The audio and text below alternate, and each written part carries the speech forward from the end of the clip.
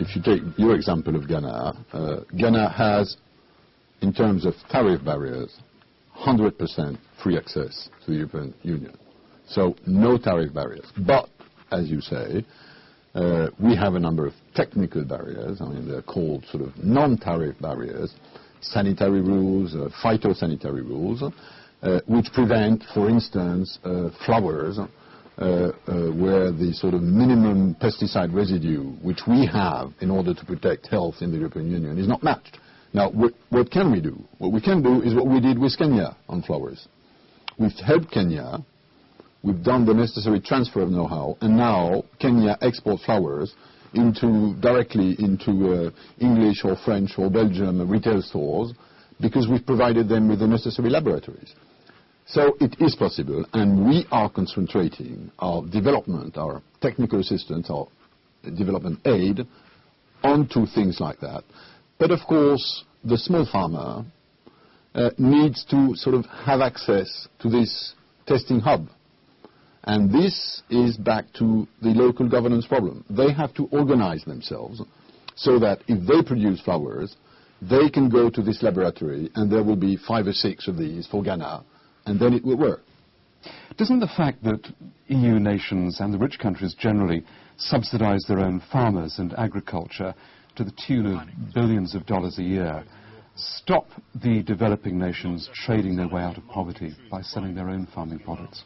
It's not very fair to compare, I mean, sort of social policies with development policies. I mean, one could also say that we spend hundreds of billions of euros on social security.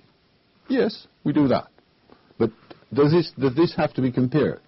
The real point is not about the amount of subsidies. The real point is about whether what we do is trade distorting for developing countries. And we believe we need to support our farmers. I mean, we only have sort of 7 million farmers left in the European Union, which is not much, and we prefer to keep them for reasons which have to do with our way of life. So how can we do that without creating obstacles to trade to developing countries? That's the real issue.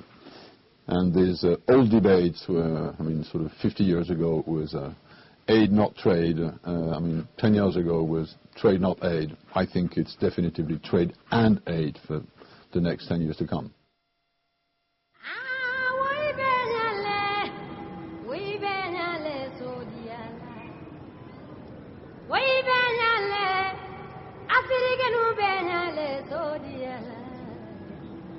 Back in Ghana, Augustine's last stop on the shores of Lake Volta. Ghana's big, beautiful lakes and rivers are still full of fish. A time-honoured way of preserving the catch is to smoke it, also a way of adding value for export markets. But those non-tariff barriers are a problem again. Local people tried to meet the EU's hygiene and quality rules, but the EU made the rules for smoked fish even tighter, as Augustine showed us up on the hillside.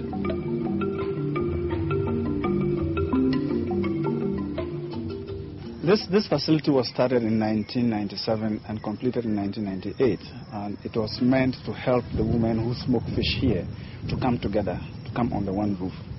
Because as you probably have seen in the market where they are doing the smoking, they have the traditional method of smoking. There are 3 problems with that one. First of all, it wastes fuel because they are using the logs to do the smoking. Secondly, there's no consistency in the dryness of the fish, and they smoke it differently. One woman does it in one place, another woman does it in another place. But for exports, you need some amount of consistency, and also in the size of the fish. So the exporters decided that they would put up this facility and help the women to select the fishes of a certain size, come and smoke it to a standard, let's say standard grade, all of them together. Then they would have the consistency.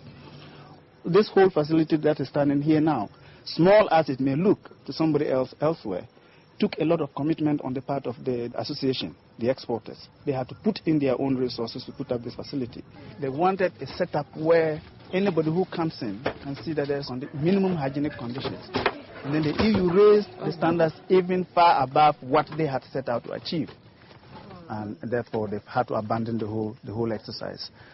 For the women here, the consequences have been more disastrous. Unfortunately, because the exporters, the numbers have gone down, that means less fish is being shipped out from here. Therefore, income levels have also gone down. There's no doubt that it is an unfair situation. The first thing that you can do when you are faced with an unfair situation is to complain and just sit back and say this is an unfair situation. The second thing is to complain and appeal to the conscience of those who are creating an unfair situation to reverse the situation. People like to call that, please level the playing field. The third option, which we are committed to, is to find ways to be able to build alliances between us here and whoever has an interest, our interest in mind at the other end, to be able to take these issues up. So we find a way to meet the requirements halfway, then we can appeal to other people to also meet us halfway. That is where organization comes in. And when we say organization, I don't expect, or we don't expect the women here to by themselves spontaneously organize themselves. That's the work of people like me, people in my organization and similar organization. Those of us who like to call ourselves as being in the development industry, we have to make a commitment to organize our people, to help them to understand the way the market operates today, to help them to understand how the world works today, to help them to know that just by their own efforts, organized effort, we'll be able to overcome some of these obstacles. And part of the work that we do in FAGE and in our associations is to galvanize the women to come together, because we've realized that part of the problem that we have in Africa and in the third world generally is that if we want to keep up with the standards, then we need to do some more organizational work. We need, as we like to put it, to become smarter. We do have a lot of hard work in Africa. We do have a lot of hard work in the third world. Where the world is moving to generally now is towards smart work. So it's not just a matter of pushing and pushing and pushing and digging deeper and deeper into the same hole. We're finding a smarter way to be able to do things. In fact, I believe, and we have the strong commitment to this, that in a couple of years' time, 1 year, 2 years' time, we'd have a facility standing here that can be the EU requirements and anybody else's requirements for that matter.